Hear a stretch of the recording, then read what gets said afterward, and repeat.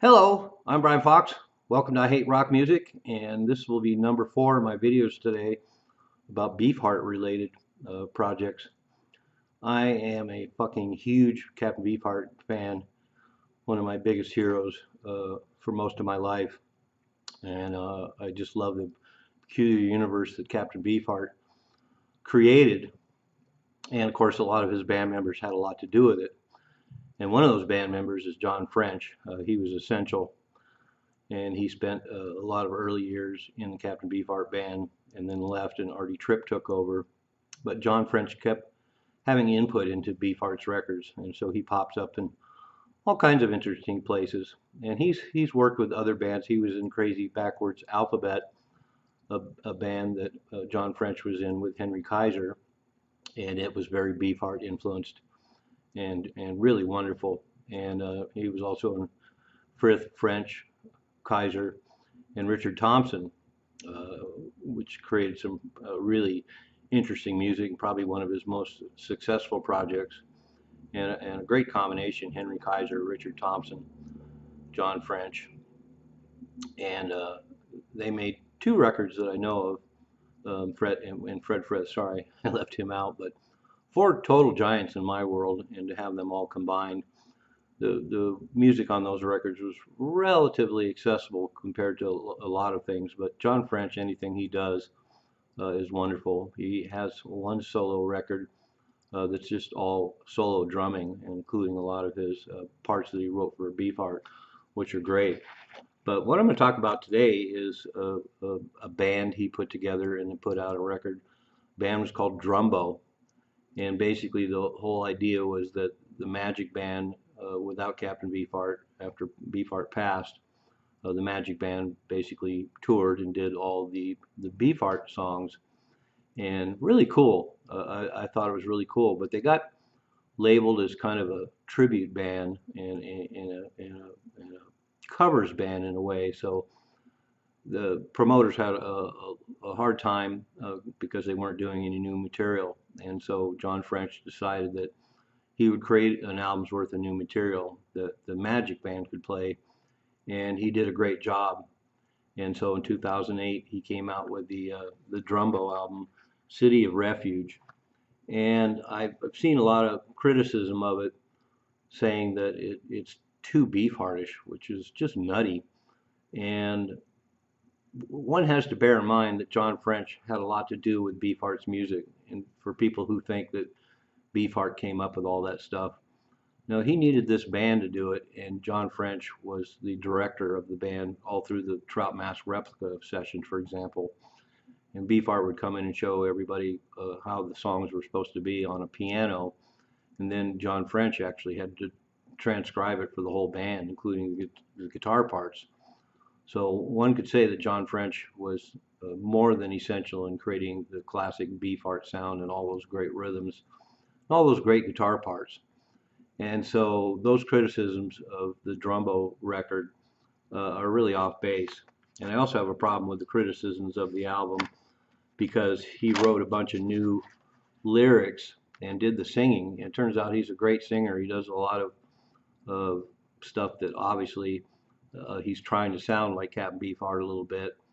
And there's other parts where he does vocal things that Beefheart would never do. And so I think the singing on it is wonderful. And then the other criticism, of course, is that he was trying to cop Captain Beefheart's lyrical style. And I can't really blame him for that, to do this kind of music. I think that he captured the spirit of Captain Beefheart really well and approximated a lot of types of ideas that Captain Beefheart would have done. And I think he did a great job. They're definitely not near as poetic and artful as Captain Beefheart's lyrics, but he took a stab and he did it in the spirit of Beefheart. So songs like Boogeyman and Bus Ticket Out of Town, Blood on a Porcupine Quill, The Shirt Off My Back, Wicked Witch of War, those are all great approximation of Beefheart's lyric style, and I think they suit the music really well. And I find this one of the very most successful post Beefheart projects.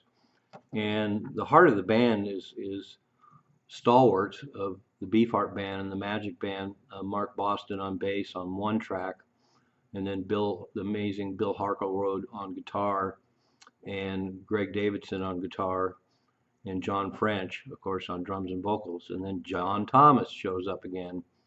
And as I pointed out earlier, John Thomas adds some keyboards to the Mallard records, and also is a member of the obscure band Rattlesnakes and Eggs.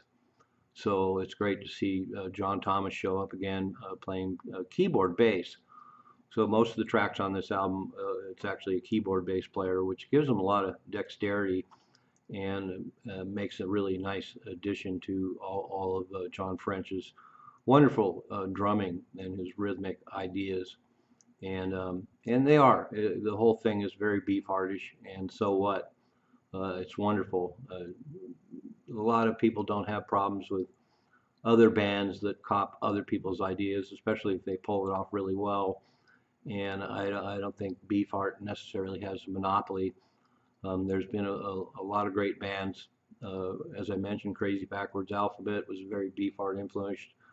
But you know, they include John French and members of Beefheart, so the Beefheart band. So they help create that sound, and so they have the rights to go and use those same ideas in bands like Mallard and Moo and Drumbo and the touring Magic Band, and even the English band Rustic Hinge.